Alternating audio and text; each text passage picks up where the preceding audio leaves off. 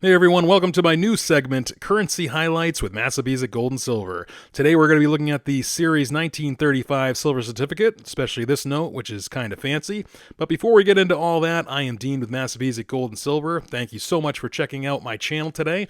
I hope you consider liking and subscribing to the channel. And for the rest of you who have already subscribed to my channel, thank you so much. I truly, truly appreciate your viewership and your comments. So today, February 1st, marks the 1-year anniversary of Massabesic Gold and Silver on YouTube. And so I wanted to do something special, and I wanted also to create something new for 2024 with this new segment of mine, Currency Highlights. So what I'm going to be doing is each week, or maybe each month, it depends, I'm going to try to do a currency highlight video featuring either paper money or coins. So hopefully you'll be coming back and checking that out. So for our first currency highlights video, I thought I would do this video on the 1935 series silver certificate. So with that said, let's get right into it here. This is the series 1935G. Silver certificate. You know, these are really great notes, really easy to find if you want to collect them. This one here looks like it could be from 1935 in the shape that it is in, but it is not, based on the signatures here, Smith and Dillon. That puts the note somewhere in 1961 to 1962 based on those signatures. On the back here, we see that there is no motto. There is no "In God We Trust." So this note has actually been nicknamed the Godless Dollar, or the Atheist Dollar, or Atheist Note, which is kind of fun. I like the Godless Note. That's kind of cool, or a Godless Dollar. Here's another example. This is a little bit nicer. This is a 1935F. Definitely not as circulated as our other one. Still really nice. Based on the signatures on these, though, with Priest and Anderson, that puts it right in 1957 and 1961.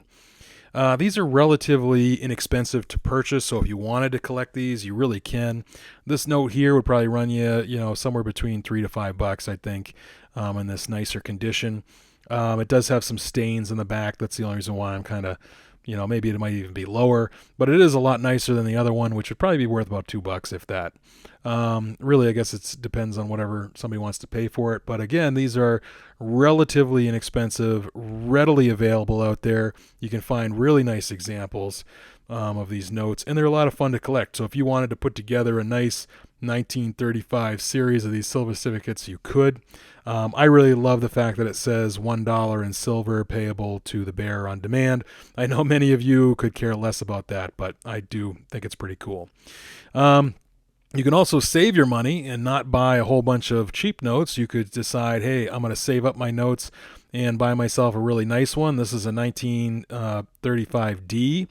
That puts it somewhere between 1949 and 1953 based on the Clark Snyder signatures. This is a really nice note. I picked this up on Heritage Auctions. This is a graded note. For those of you who are really good at grading notes, you know that this is very much an uncirculated note. Really, really nice, just really wonderful.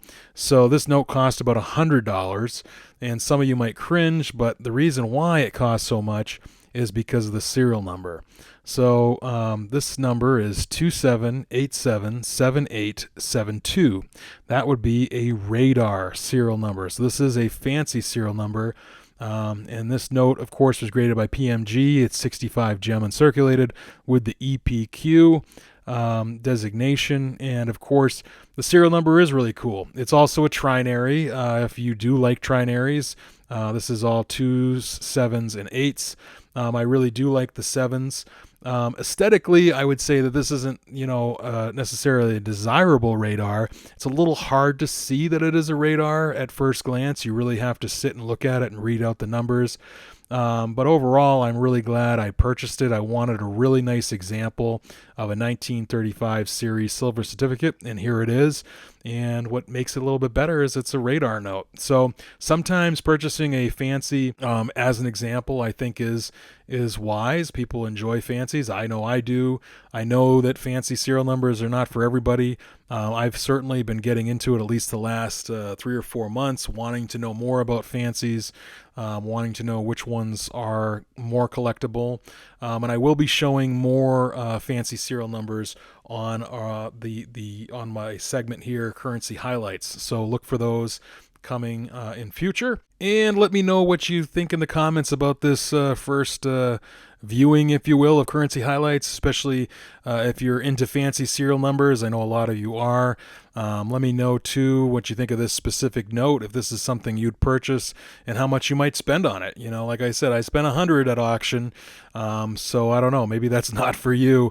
Maybe you're like, wow, he is crazy for spending that much money on this note. But I really like the serial number. I really like the sevens in it, and I think it's pretty cool. Anyway, everybody, I hope you stay safe and continue to enjoy.